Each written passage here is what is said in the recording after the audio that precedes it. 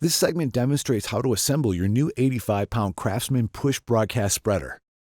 Begin by turning the hopper Part AB upside down. Then slide in the flow plate, Part K, as shown. Then insert the tab into the flow plate.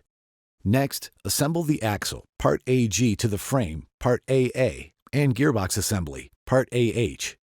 Ensure it's aligned as shown, with the holes at the end of the axle on the right side of the spreader. Now, secure it with 1 1/2 inch cotter pin, Part S, by bending the ends out. Then, press 2 1-inch plugs, Part J, into the frame. Next, slide 2 flange bearings, Part I, onto the axle and press them into the frame.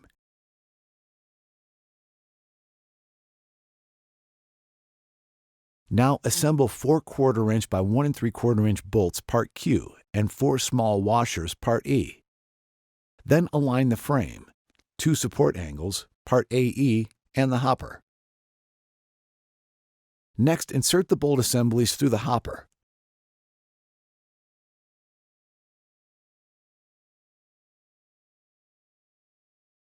Then fully secure them below the frame with 4 1/4 inch nylock nuts, Part F.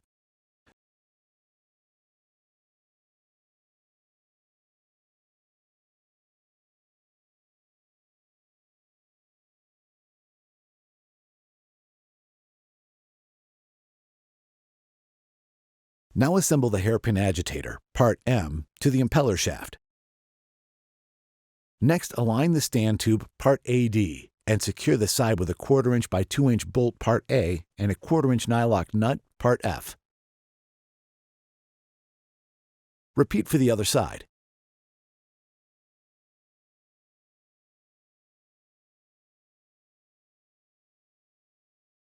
Now onto the right side of the axle, slide on a large washer, Part D. Then slide on a spacer, Part H. Next, slide on a wheel, Part X, with the valve stem facing out. Now slide on a large washer, Part D. Then insert a 3/32 inch by 3/4 inch cotter pin, Part G, and then bend the ends out to secure the wheel. Next, slide on a large washer, Part D, onto the other side of the axle. Now slide on a spacer, Part H. Then slide on a wheel. Next, insert a 5/32 inch by 2 inch cotter pin, Part R, and bend the ends open to secure the wheel.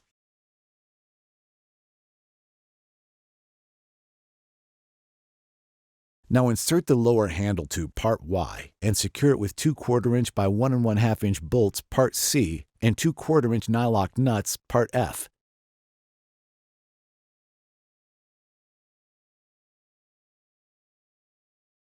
Then insert the handle tube, Part AF, and fully secure it with 2 1/4 inch by 1 1/2 inch hex bolts, Part C, and 2 1/4 inch nylock nuts, Part F.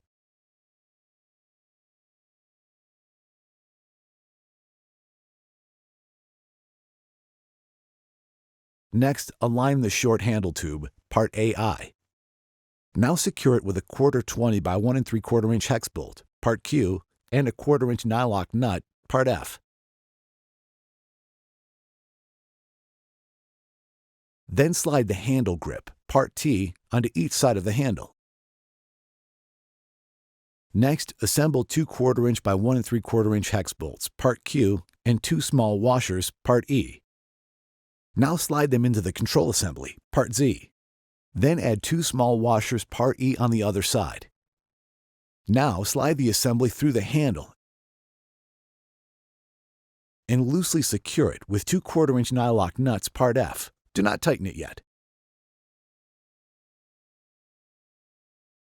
Then insert the control rod, Part AC, into the slide gate bracket. Next, slide the other end into the control arm. Then slide on a small washer, Part E.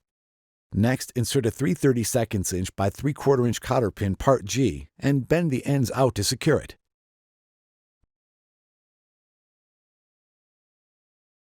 Now ensure the adjustment lever is in the off position. Then slide the 1/4 20 by 3/4 inch carriage bolt, Part B, through the adjustment stop, Part N. Next, slide the assembly into the control bracket. and secure it with a nylon washer, part P, and nylon wing nut, part L. Now slide the control arm grip, part O, onto the control arm. Then insert the grate, part AJ. To calibrate the flow control, move the control lever to the off position. Then slide the control bracket along the control tube until the shutoff plate is closed. Now loosely secure the hex nuts that fasten the flow control bracket to the control tube. Do not fully tighten it yet. Then set the adjustable stop to 5. Next, pull the control lever against the stop and verify that the flow plate has opened about halfway.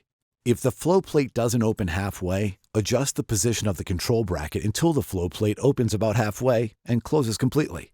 Now, tighten the hex nuts.